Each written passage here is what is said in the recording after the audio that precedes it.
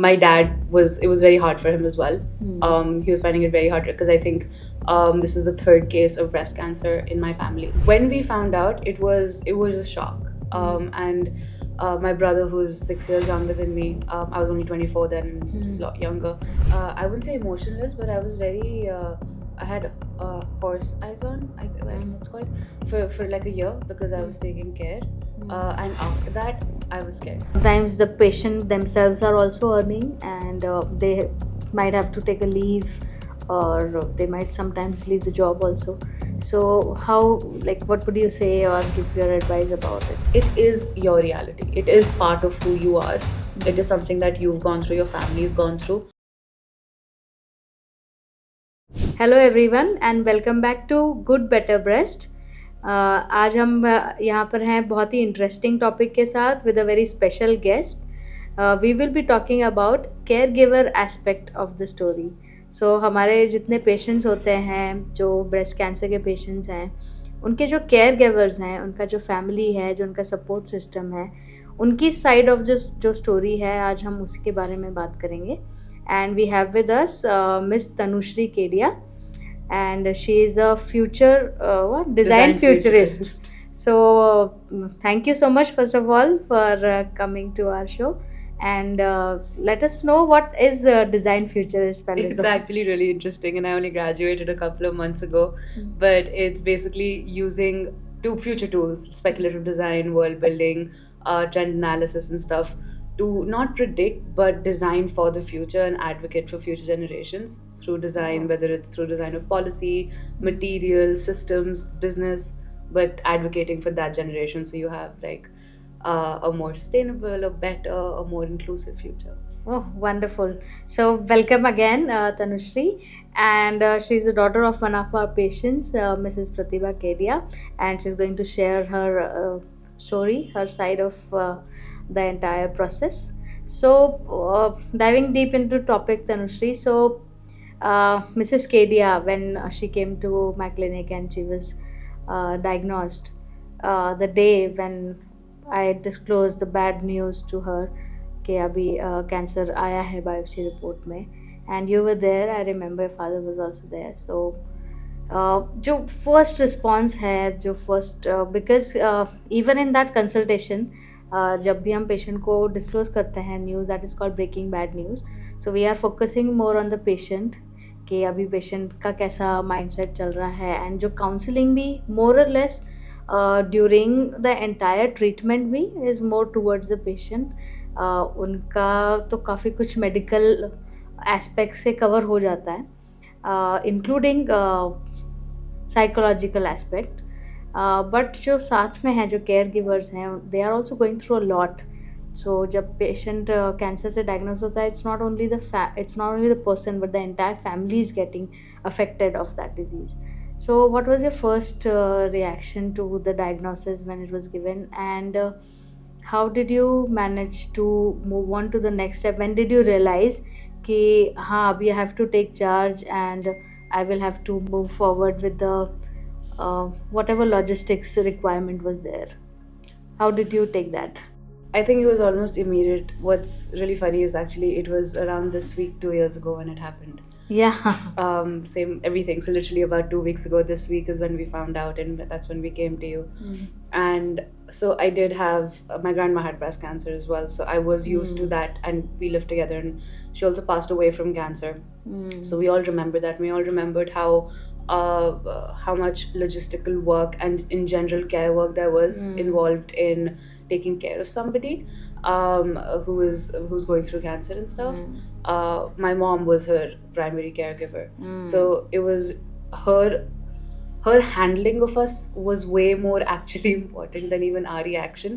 She guided us completely as to how to take care of her. Oh, wonderful. Even from the beginning, our reaction and everything. But when we found out, it was a shock. And my brother, who's 6 years younger than me, I was only 24 then, he was a lot younger. He'd actually just gone away to uni as well. Okay. And for when we came to finally meet you after the biopsy, where you were going to tell us the result, we actually made him come back, and he'd only been gone for about 15-20 days at that point. Okay. But I mean, we know that getting this news there would be a lot difficult. Hmm. So it was not just about like her reaction. I think her reaction, if you remember, was way more positive than even ours, right? Like she knew what to do. She knew that it's going to be fine, but we were like crying. We weren't able to really handle it. So breaking the news to my brother, my mom's parents, Nanu Nani, that was quite difficult. And I think telling Nanu Nani was probably the hardest part, at least for my mom and me, because they're older. It's I think it's harder to see your child go through it. But I think very early on, I think right after you told us, because there were scans and everything involved, I think I just put aside what I was going through, and I think I did that for most majority of the year, and just concentrated on what was needed. It helped that I was at that point working already, so I knew a little bit on how to adult and how to plan things. But I think without that, it would have been very difficult. My dad it was very hard for him as well.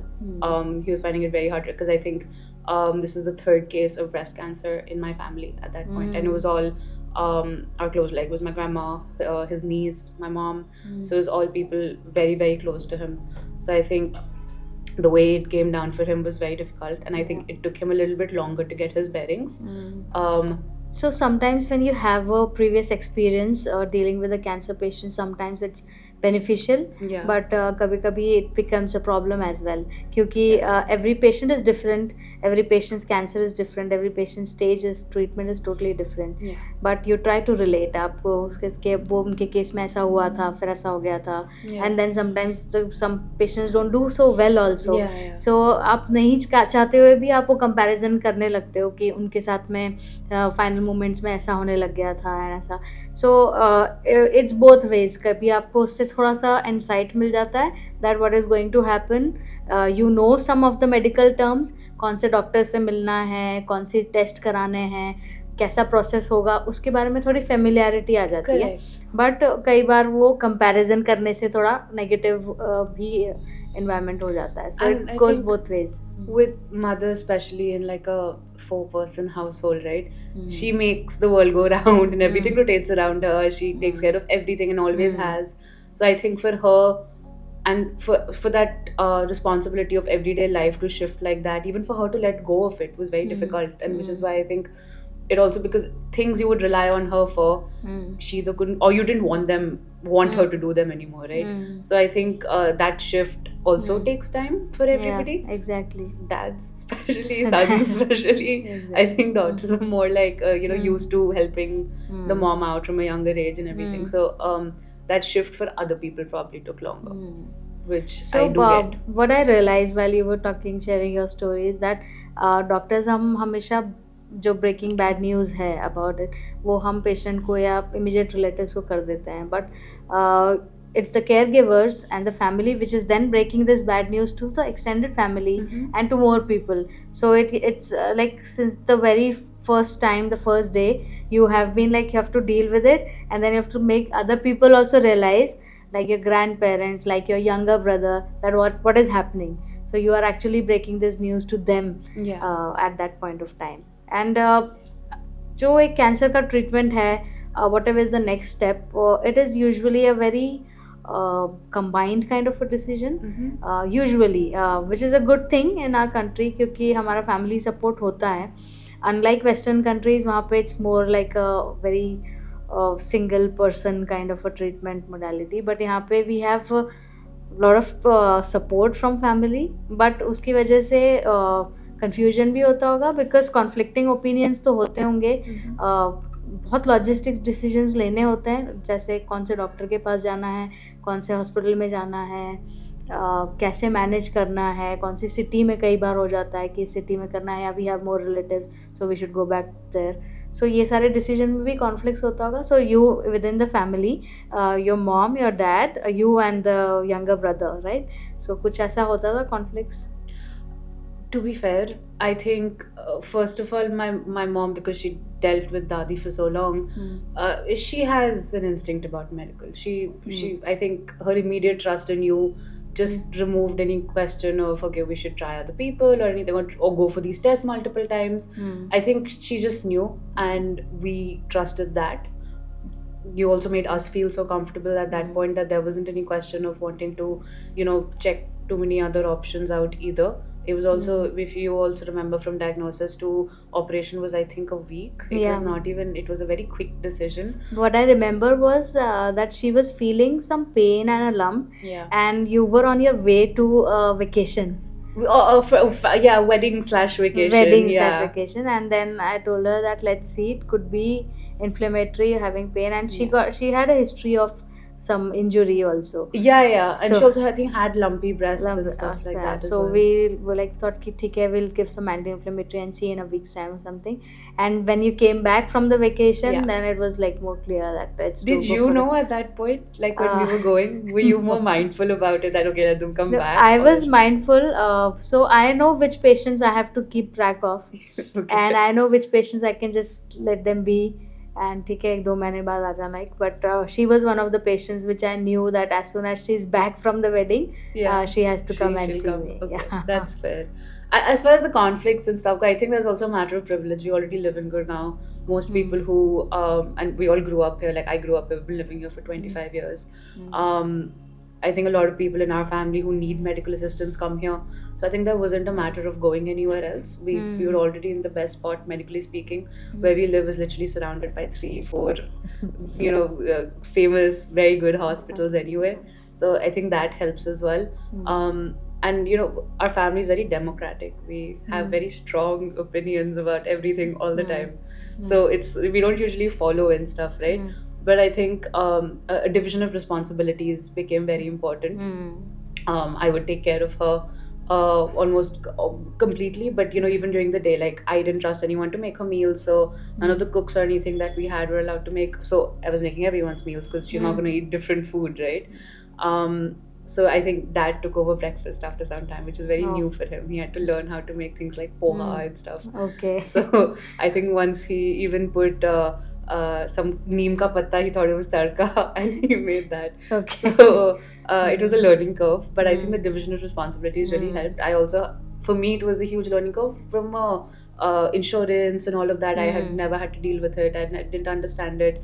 But because I was taking care of all the appointments and everything, I was the best person to refer to. So I had to take care of that as well. So he taught me all of that. So I think being clear as to what is a person's capacity and who to push and who to not push, knowing that not only do you have to be logical about it, you have to have a little bit higher EQ and sensitivity than you would otherwise need in talking to people around you. And that too, when you are actually going through a lot yourself. Obviously this is not a very easy task when you know that your mother is being diagnosed and you being through your own emotional journey, and then you have to deal with so many people and you have to take additional responsibility because like mothers and the lady of the house, she's bearing most of the responsibility of the house, which otherwise is not so much noticeable. But when you start taking on that responsibility, you realize It's how a much she was lot. accomplishing in a day's time. Yeah. So that responsibility then gets distributed. So is it like very difficult to maintain a normalcy around her, or how was she like? Because I know she's a very strong lady, and जो हम suggest करते हैं हमारे patients को वो भी है that we want them to be normal. अपना normal routine. If you're working, keep working. If you're like whatever you enjoy like socializing or shopping or vacations, travel, and also you should keep doing it. Because we don't want them to be at home or घर पे रहना and totally bedridden, isolated from the world. We don't want them to do that. So with her, how was it? Like she was a totally changed person, or she was trying to be as normal as she could have been? I think my mom understands the word normal, to be fair. She's always an overachiever over everything, Okay. right? So even in So- this, she aged. Yeah, 100%. I think there were a lot of factors that pulled into account. We didn't tell anybody that wasn't important or wasn't going to be constructive. Like we only told people that were.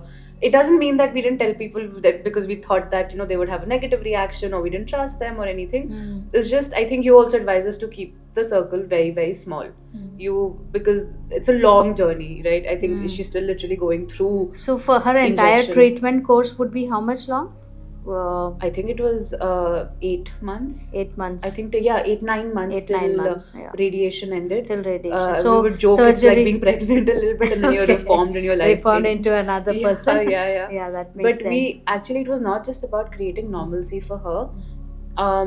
We tried to give her back as much autonomy over her life as we could. Hmm. The amount of autonomy that she didn't even have, pre to the diagnosis, right? Hmm. Because there's always like, oh, you feel like you have a lot of time, right? Hmm. So I think that thing hit her, that my life is limited, my life has meaning, and it's for me. Hmm. And I think mothers in Indian households especially are very sacrificing, Hmm. right? And they have been for all of their life.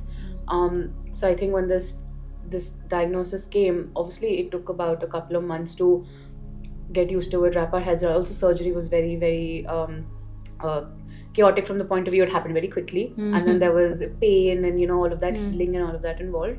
But post that, during chemo, we were going on holidays. I remember asking you every month, okay, the injection has happened, we're going to wait 1 week and then we're going to go here. Is that okay? And you'd go, yeah, that's okay. That's okay. I think we went on like 5-6 holidays, 7 holidays throughout her entire treatment.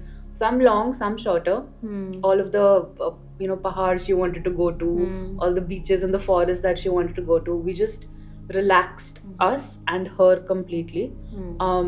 Which was very nice for her. She also worked more towards her goal, and she's now a flavorologist and a fragrance expert, and she's launched her own company. But she developed a lot of that during her treatment. During her treatment. So it was not just about doing tasks, but it was about doing tasks that were for her, not just for serving other people. So she would go to the office. She would sometimes get very irritated because her work is to do with flavors and all that, and sometimes she couldn't tell whether the treatment was messing with her senses and stuff. But she persevered. She did things that she liked to as much as she could. So she had certain things on her bucket list, and she did not wait now. And Yeah. even during the therapy, she was like totally into it. So you tried as a family to create a very positive and a very autonomous environment for her. We tried. It's not, and it's not always that we were successful in creating that environment. There are always external factors also. Kuch kahin ho gaya, kuch kahin But ho there gaya. were some low points, like what was the side effect of the entire treatment which bothered her the most, or there were some low points which you have to deal with, or you specifically remember? I think the hair was a low point. I mean, for her emotionally, I think when we That got is her hair Usually the shaved, most, yeah. And we went to a parlor to do it and stuff because I think there was some knots Patchy, and stuff yeah. and all. You can't do it yourself. It's Hmm. not like on camera, like on know. reels you see. It's not like that. You go there, they do it very properly and stuff. She's always been she loves her hair, her eyebrows and stuff. So I think the challenge of like self-love and what your idea of beauty is does get challenged a lot. And I think she did struggle with that. We look very similar, my mother and I. So I think sometimes that was also difficult for, say, my dad to navigate or my mom to navigate because it's like a mirror image. So I remember I'd asked her, would you feel better and would you feel less scared if I shave my head with you? She was like, absolutely not. I'm not seeing you like that. That was a low point. Also, I think during her treatment, I had a scare and I'd come to you also. It was nothing. I It know. was just a bruise, right? And they were away on holiday. Mom and They dad had were gone. away. They were away. Yeah. They'd gone on a holiday and I had work. So I was like, I will skip this one. And in that one I skipped, I had that little scare and you suggested to get a scan done. And I wasn't telling them. I wasn't going to tell them only, but I had to tell them. And they went to the scan with me. I've never seen them that scared. And she was literally going through chemo then. So that was, I think, a very low point. It was just a trigger reaction for me because that's all I was seeing.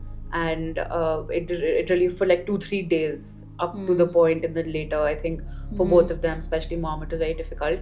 I had to go on every holiday after that because they were scared of leaving me home To alone. leave you. But then you have also experienced cancer in the family with your grandmother, then your mom.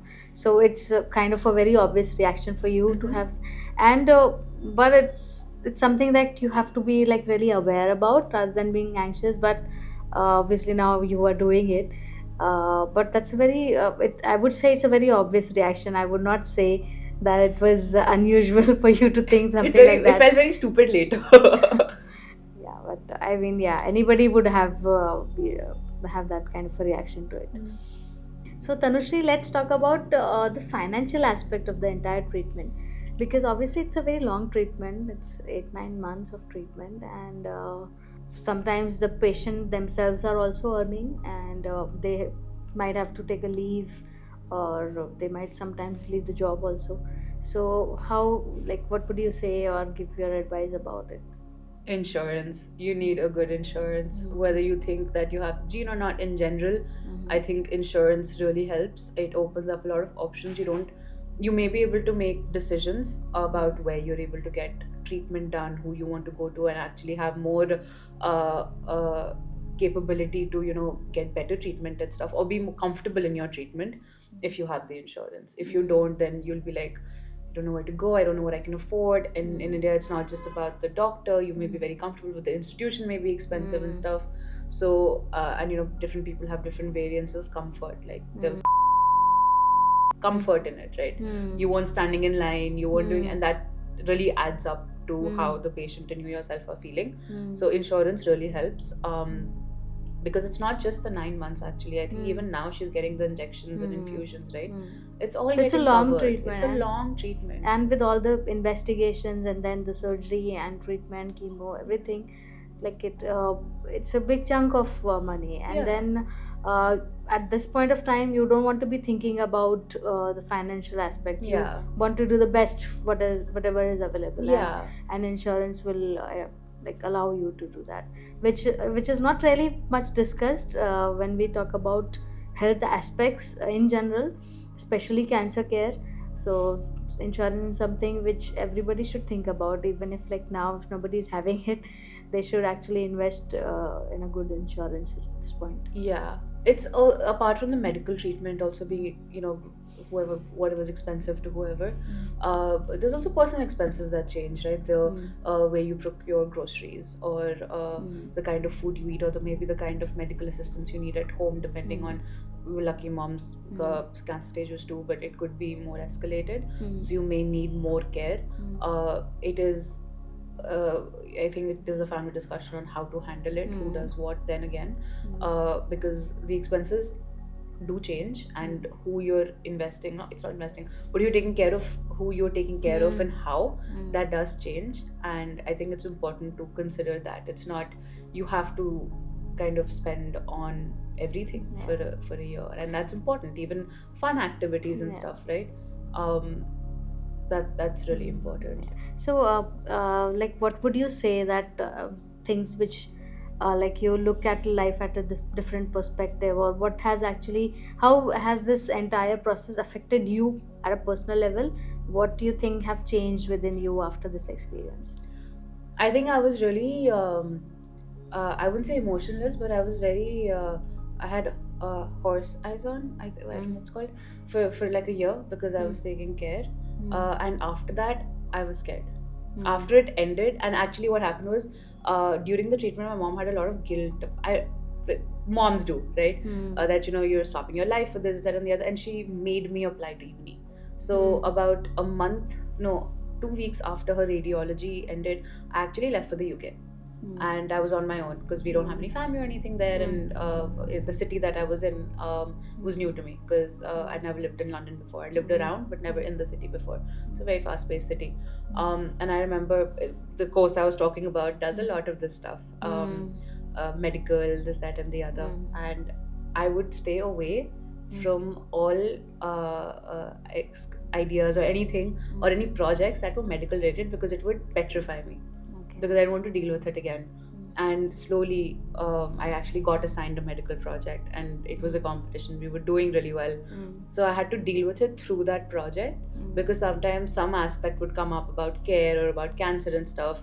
And to me, it was like going back in that year, right? And that was a very a survival year for me.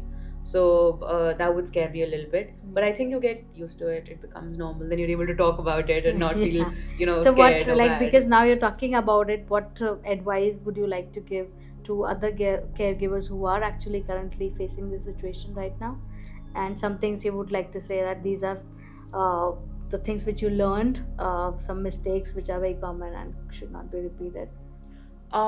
I think during the entire, especially if you're like a more sole or a more central caregiver, have people around you that support that journey for you, whether it be friends or family, cousins, anybody, whoever is supportive of that journey. And I think with different friends and everything, sometimes because I was only 24, I imagine people are maybe even younger.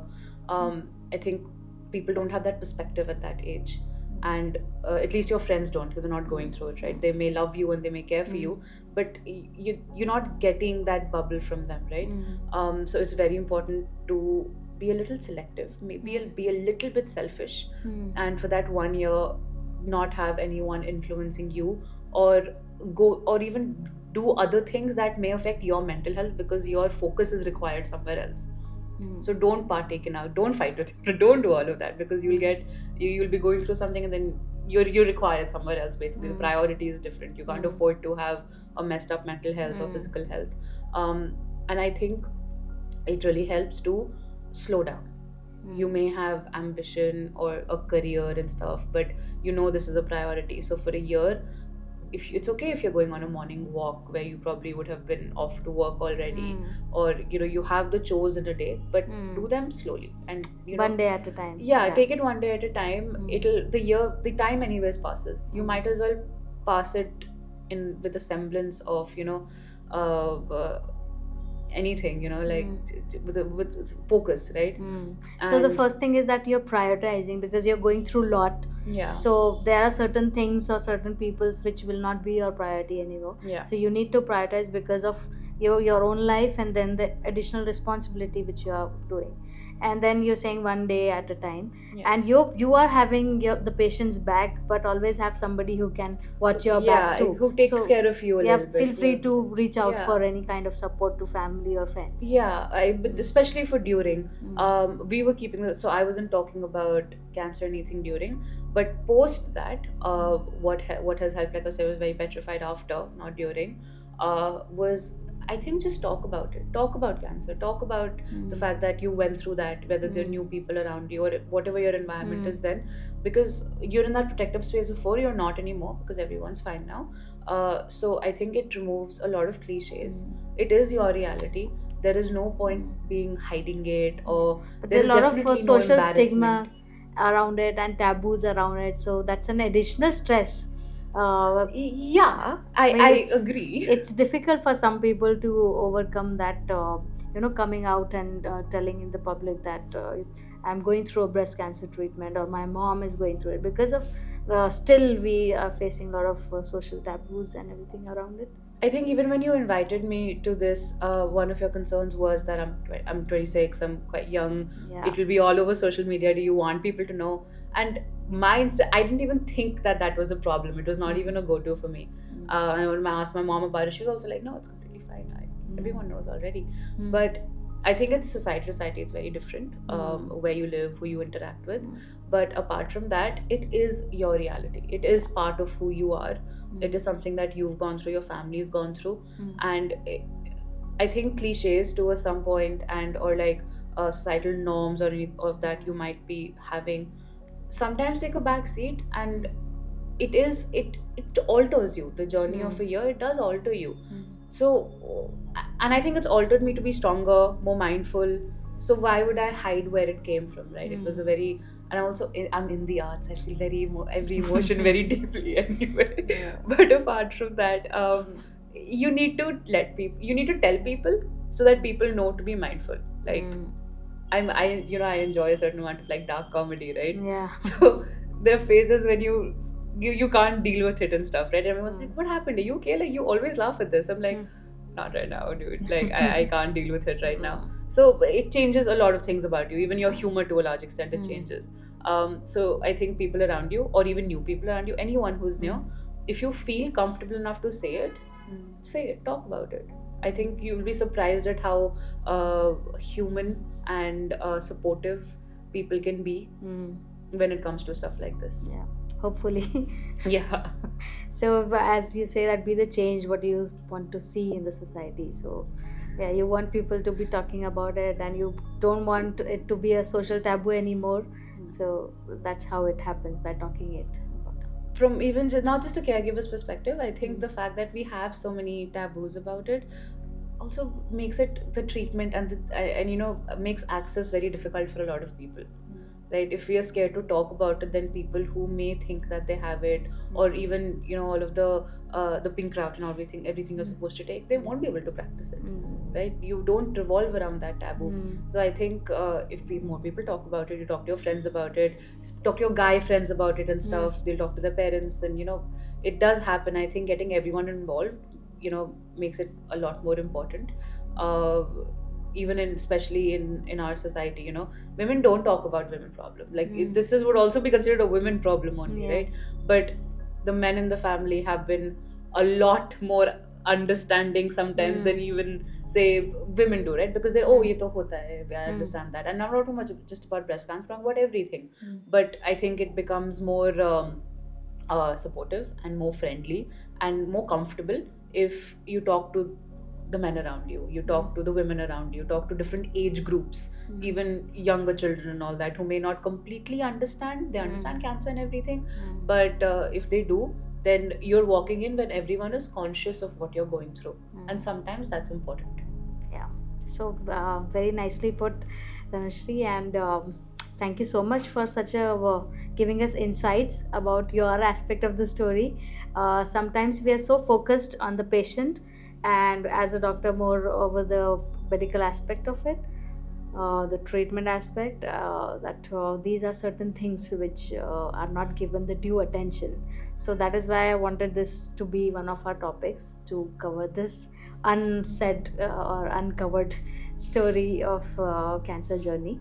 So thank you so much for sharing your insights, and stay tuned with us for such further discussions around breast health and breast cancer. And अगर आपको कोई questions हैं, कोई queries हैं, कोई comments हैं, inputs हैं, please feel free to write in the comment section.